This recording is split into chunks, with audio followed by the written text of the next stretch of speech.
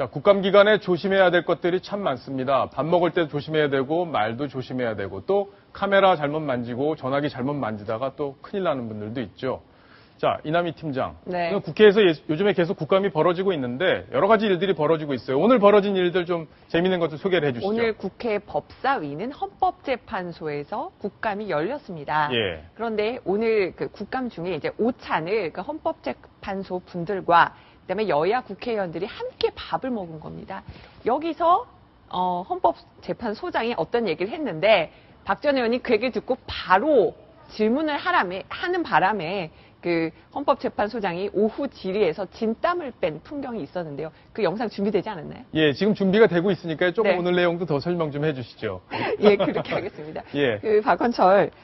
그 김용원 그 헌법재판소 사무처장이 이제 답변을 하는 모양이었는데 일단 박지원 새정치민주연합 그 의원의 경우는 박 의원은 늘 정보가 빨라요. 예. 며칠 전에도 보면은 그 판문점에서 남북 고위급 그 회담 이뤄지는 것도 결국은 박지원 의원이 통일부보다 먼저 말을 해가지고 그랬죠. 그 정부가 부처가 발칵 뒤집힌 적이 있었는데 예. 오늘도 그 박지원 의원의 발빠른 정보력 내지 헛찌르기가 조금 그 헌법재판소 관계자분들을 난처하게 한 것 같습니다. 예. 그 장면 저희가 영상으로 준비했습니다.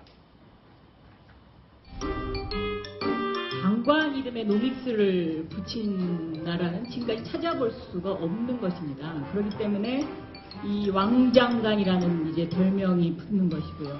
그동안에 최경환 장관이 했던 말 바꾸기 한 발언이 한두 가지가 아닙니다. 이 답변할 시간을 안 주셔서 빨리 좀 답변해도 되겠습니까? 네. 그 의원이 질문할 때는 웃지 마세요. 그러니까 다 국회의원 하신 분이 저는 거짓말하고 있습니다. 일방적으로 그렇게 말씀하시면 안 되죠. 왜 거짓말을 했다고 말씀하세요? 고발하고 무슨 거짓말 하니 무슨 이렇게 하면 지나친 말씀 아니세요. 무슨 책임을 져야 됩니까?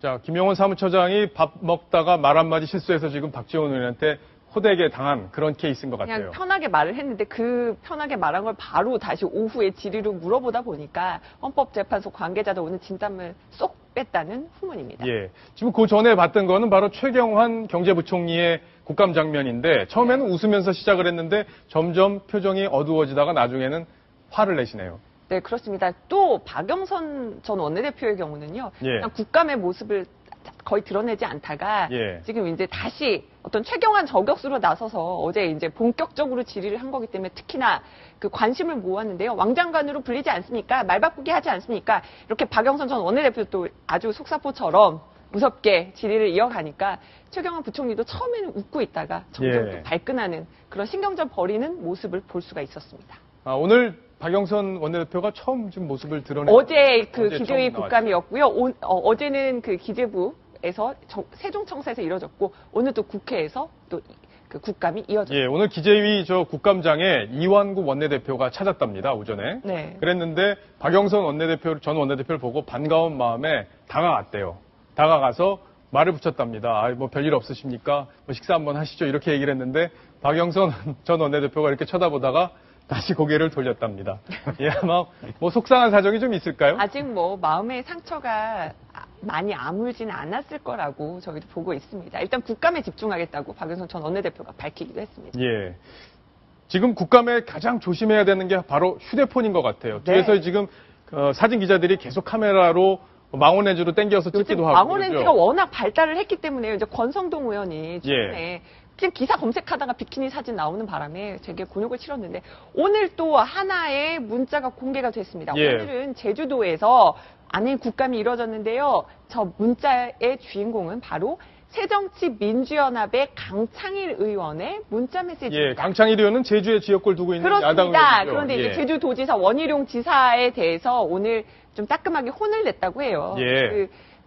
일단은 문자 내용부터 소개드리고 좀 네. 맥락을 제가 설명을 드릴게요. 형님, 너무 강하게 밀어붙이고 있다고 합니다. 새로운 도정에 대한 기대와 용기도 좀 심어줄 수 있도록 부탁드립니다.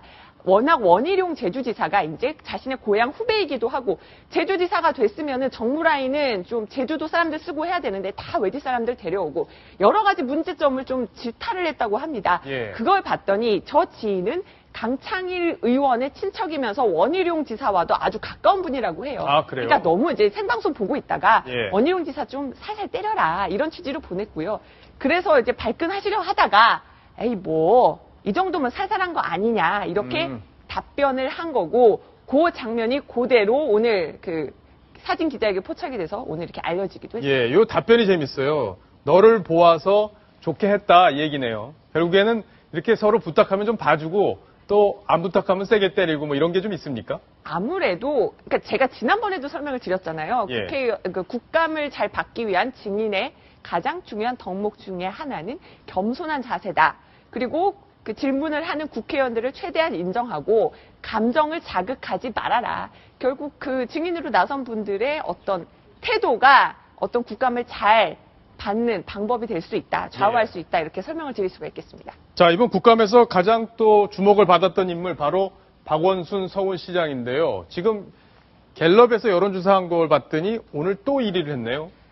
그러게요. 저 지난번 리얼미터 월요일자 예. 여론조사도 1위였는데 그 갤럽 여론조사에서도 박원순 서울시장이 계속 1위를 달리고 있습니다. 워낙 뭐 최근에 좀 논란들이 있긴 있어서 지난번보다는 떨어진 것 같은데 그래도 지금 나머지 주자들이 오히려 이제 상대평가잖아요. 나머지 예, 그렇죠. 주자들이 또 이렇게 좀 그 두각을 나타내지 못하는 측면도 있기 때문에 박원순 서울시장이 차기 대선 주자로서는 지금은 지지율 1위를 달리고 있습니다. 예. 자, 박원순 시장 이번에 이제 국감에서 여러 가지 논란이 있었는데 네. 최근에는 불법 주차 논란까지 일었는데 그 내용도 짧게 소개해 주시죠. 일단은 박원순 시장 차가요. 재작년부터 올해 3월까지 주차 위반 딱지를 3번을 뗐다고 합니다. 근데 과태료는 한 번도 내지 않아서 이건 황제 주차 아니냐 이런 얘기가 나왔어요. 예. 그래서 지금 나오고 있네요. 이렇게 그 단속 사실된 거 이렇게 3번 딱지를 뗐는데 이제 서울시장 직인이 찍힌 공문을 보내서 좀 이런 좀 배려해달라 이렇게 설명을 하다 보니까 예. 결국 과태료 무는 게 면책 처리가 되어서 과태료를 결국 물지 않았다. 예. 결국 뭐 이런 얘기들이 나오고 있습니다. 자, 이 내용을 처음에 찾아낸 게 바로 새누리당의 이노근 의원인데 이 의원은 이번 사건을 어떻게 바라보고 있는지 저희가 한번 전화를 연결해 봤습니다. 직접 들어보겠습니다. 시에서 거짓말하고 있는 게 이런 게 있어요. 바빠서 그랬다 이런 얘기 아닙니까? 거기 현장에 있으면 안 돼요. 그냥 방치해놓고 우리 그냥 가 있으니까 뛰지. 아이고 완전히 거짓말하고 있다고.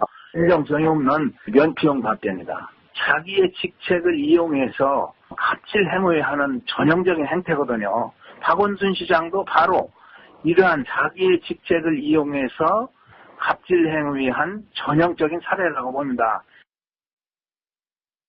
어쨌든 저 운전을 하는 건 박원순 시장이 아니라 아마 운전 기사가 아닐까 싶은데 뭐 여러 가지 논란이 있는데 바로 저 갑질 논란 아마 박원순 시장한테 굉장히 아픈 부분이 아닐까 싶습니다. 박성원 논설위원이 좀 네. 평가를 해주시죠.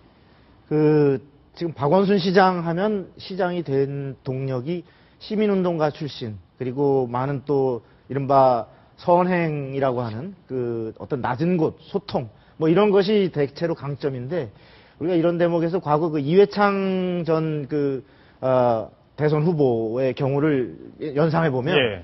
이회창 후보의 경우도 굉장히 대쪽법관 출신의 아주 그 강직한 이런 이미지가 사실 대선 후보로까지도 끌어올려준 동력이었습니다. 근데 그것이 흐트러지기 시작한 게 사실이 아닌 예를 들어서 병역 논란이라든지 또 이른바 원정 출산 문제 이런 그 개인의 도덕성 문제가 치명적인 사실은 타격이 돼서 어떤 대선에 실패하는 데 영향을 미쳤는데 박원순 시장의 경우 비록 아주 사소해 보이지만 지금 이러한 공권력의 법의 갑의 위치에서 저런 주정차 딱지를 무시한다, 깔아뭉갠다 이런 것이 비록 작아 보이지만 소나기 끝에 그 태풍 온다고 저런 것들이 쌓이면 얼마 전에 바로 우리가 서울 시립대에 측근들을 대거 낙하산 말하자면 초빙 교수로 투입을 해서 상당히 논란이 되지 않았습니까?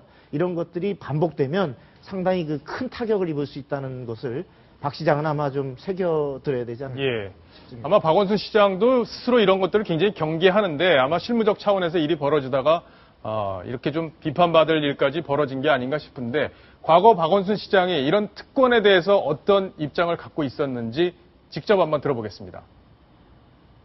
공직사회에 남아있는 이런 부당한 가벌 관행을 완전히 뿌리 뽑기 위해서 팔을 걷어붙였습니다. 공무원에게 부여된 권한은 함부로 쓰라고 있는 것이 아닙니다. 자, 박원순 시장의 얘기 참 지금 좋은 얘기인데 과거에 또 다른 이야기도 했었죠. 지난 8월에 한 얘기입니다. 이렇게 얘기를 했습니다.